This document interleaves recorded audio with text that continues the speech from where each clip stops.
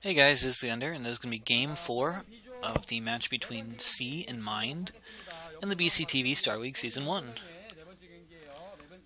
So far, we've seen some, I don't want to say,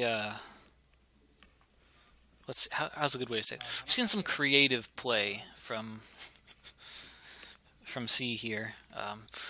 He likes to send single tanks to scout, and that hasn't done very good things for him in the last two games.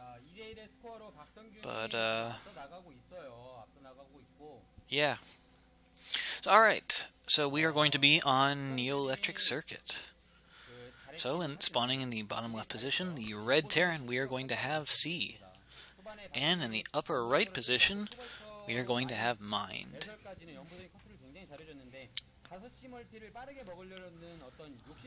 So, let's see.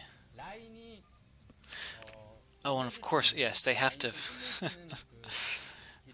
You know how they call it the caster curse. You know, whenever you say something, they immediately do something to prove you wrong. So in game number 1, I'm like, alright, so this is going to be match B of the round of 8. And then I look at the overlay and it's like, well, the overlay says it's match A. Must be match A, right? So now I realize that, that probably was just from the game they casted previously, and we are actually in match B. So, yay, match B. Alright, so, not too much happening. Supply depots on the way. So while I'm at it, I should mention that if you haven't seen them yet, I put out some games I casted, which were actually from when I first heard it, I thought it was a really cool idea. So essentially there is an artificial intelligence, like, I don't want to say committee, but there's a group that studies artificial intelligence. Anyways, so they had this big annual meeting. I think it was in like Canada. But one of the things that they had at this meeting was they had a competition for whoever could produce the best like AI. And they used StarCraft 1 as the as their battleground, their playing field. And so that was pretty cool. I'll admit the AIs weren't all that great. That being said, I thought the whole idea of what they were doing was really cool. They used an older game like Brood War because it's a whole lot easier to make an AI for that because it's a simpler type of AI.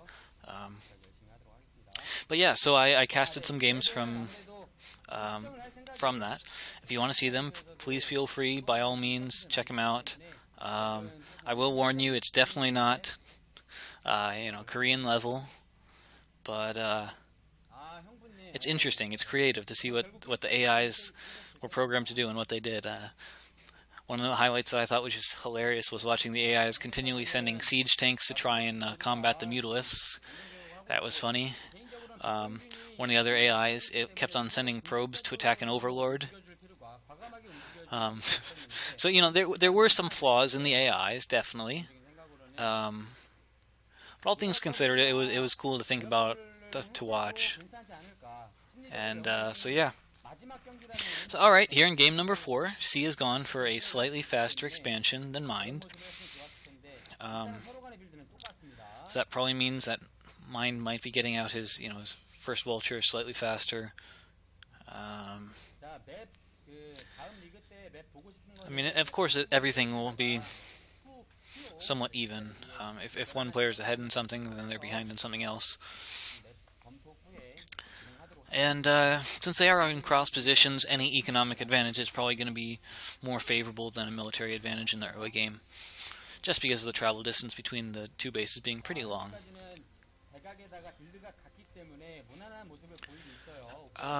So let's talk about this map a little bit. This is Neo-Electric Circuit. This is the map that has I believe it is at least, it has that extra base in the back.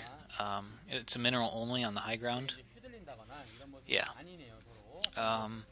So the relevance of that is because this is a TVT, and both players are going to be going for mech, it's not a super useful base. If you recall from the last game, both players went immediately for the corner bases, for their third bases, because they wanted to get that additional gas base. rather than the closer mineral only. So likewise in this game, I don't know if players are going to be taking their mineral onlys, even though they are completely, protected in the early game. So yes, minerals will mean, more vultures, more missile turrets. But that's, you don't want to make a mass vulture army. Not on 3 bases. If you want to go for mass vultures, sure, but do it on like 1 base or 2 base, not 3. But alright, so yeah. Stuff. Looks like we're going to have a 5 versus 5 vulture battle. And C should be pretty careful here. He sees the enemy vultures. And it's not like any particular amount of micro helps you in a vulture versus vulture battle. And especially since vultures have speed, you don't want to, you don't want to be the loser because you won't be able to run away. Alright, 3 factories for both players. Natural is down for both players. And, so yeah. Oh, so I did say that the 3rd base is protected. So of course there are these, neutral buildings, side disruptors, and they're stacked to that wall it in. And so those can be, once they're destroyed, they make it less protected. And since this is a TVT, both sides are going to be having siege tanks, which do the splash damage. And with that splash damage, the side disruptors can actually be taken out pretty quickly. So it's not necessarily like protected forever, but yeah, sooner or later. So this is interesting. So Mind hasn't taken the gas at his natural yet, and he's gone up to 5 factories. So he might be looking to go for like a mass vulture all in. On the other side, we saw that C did take his gas, although he might only have 1 SCV on it. Alright, so this could be it. In Mass Vulture versus Mass Vulture, I hate to say something stupid, but the one with the more vultures wins. However, there are some siege tanks, and those are really going to help. Oh, and there's the Wraith. Alright, so this looks very nice for C.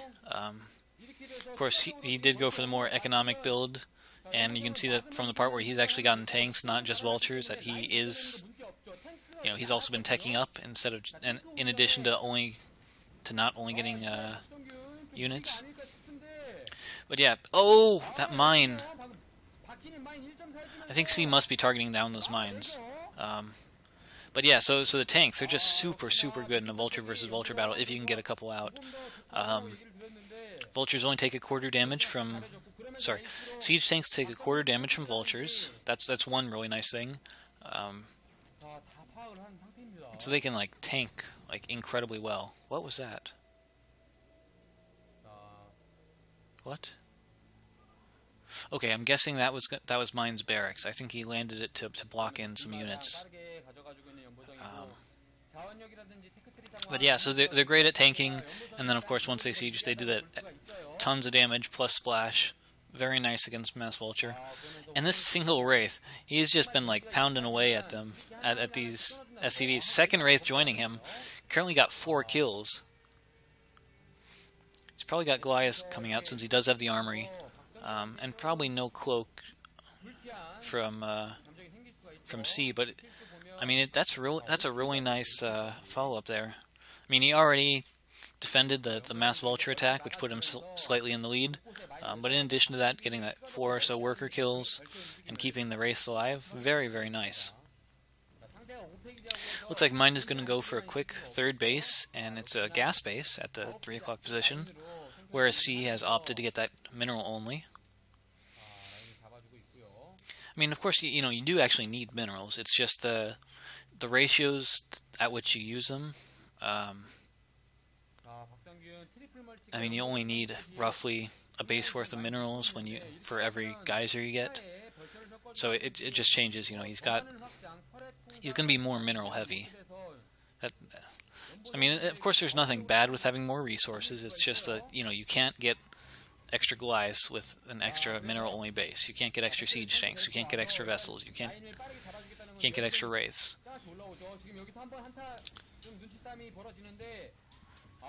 Alright, so siege lines are being drawn. And, yeah. It looks like Mind is trying to contest the 9 o'clock position from C, and it looks like he is going to be able to stop it. On the other side, we see C going in for a drop. Single siege tank, 2 vultures. He's going to do a little bit of damage, not too much. Takes down a Goliath, a couple SCVs, a couple vultures, but gets cleaned up at a reasonable amount of time.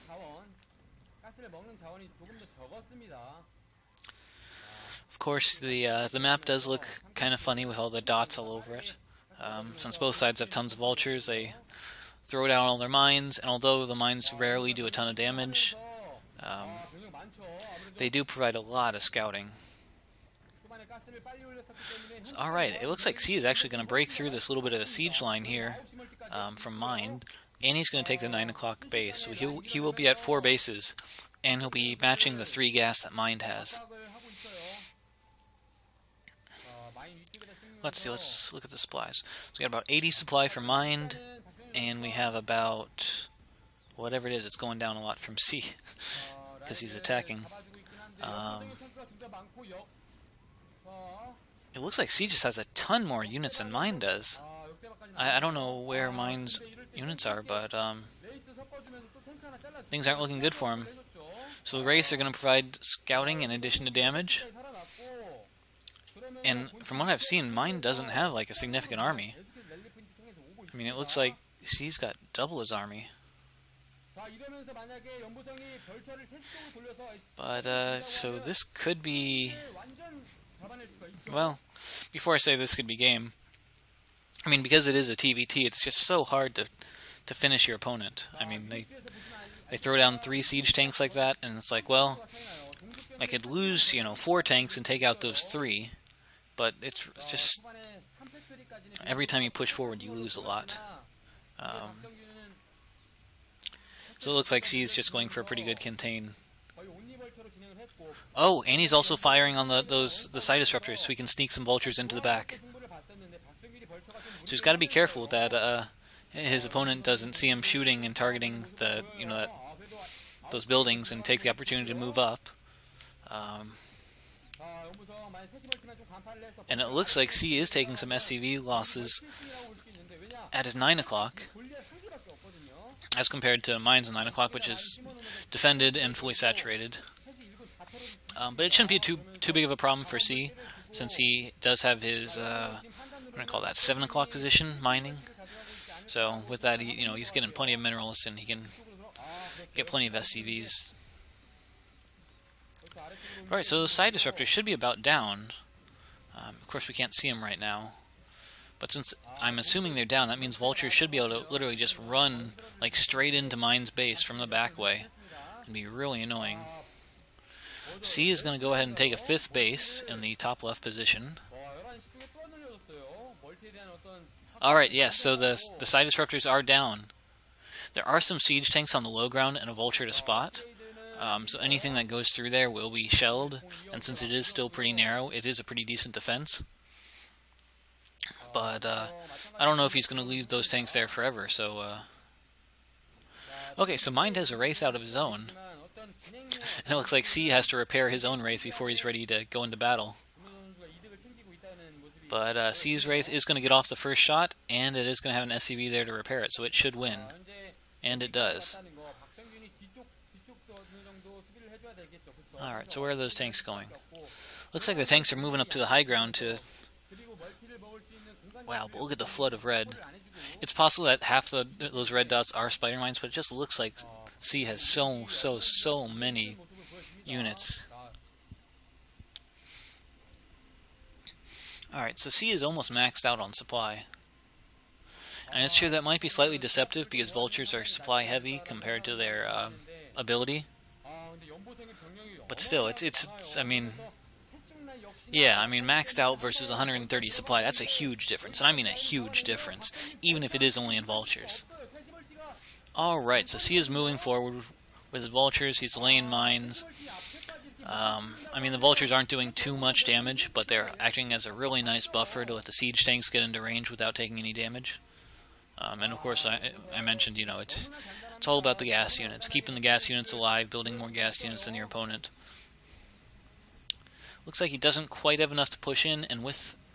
No, I was going to say with that SCV pull, Mind might have been able to clean up those tanks, but possibly not. Alright, so 100 supplied is still 160. So C has got just a huge lead. 50 supply. Oh, and Mind is actually going to try and push through, hoping that C didn't have vision. Well, turns out he saw it. Alright, so C is going to double expand both to the top left and the 11 o'clock position. So he's going to be up at 6 bases, where Mind's only on 3 bases. And one of those bases is not mining, because there's SCVs shelling it and vultures. So yes, it is 6 base versus 2.5. Alright, I mean, it's only going to go to a 2-2 score. So Mind really should, you know, save his strength for the next game, in my opinion. And no, I'm not saying he should surrender or give up. I'm saying that he should choose a tactical retreat and try really hard in the next game, rather than trying to, you know, play his heart out in this one.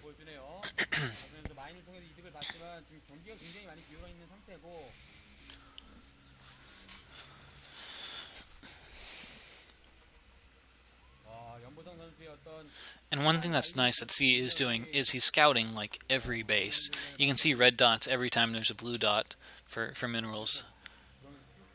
Alright, so he's going within 6 Wraith, trying to end the game. We saw at least 3 Wraith for Mind. Oh, he's got a whole lot more than that. It looks like he runs away. He was a bit scared. Since they were cloaked, he couldn't tell how many Wraiths he had. Excuse me. So the Wraith are just going to move in and attack the siege tanks. Alright, so here's a big Wraith on Wraith battle. Looks like C is going to lose that battle, but he's pushing in with his ground forces in the meantime. And, I mean, on one hand, it doesn't look like he had all that many more, but, I mean, based on the battle result, apparently he did. Only 2 tanks left for Mind, a few more reinforcements, but we've got probably 10 tanks for C just in this immediate vicinity. So Mind is going to hold on for a little bit longer. Oh, okay, Mind GG's. Alright, I will see you guys in game number 5.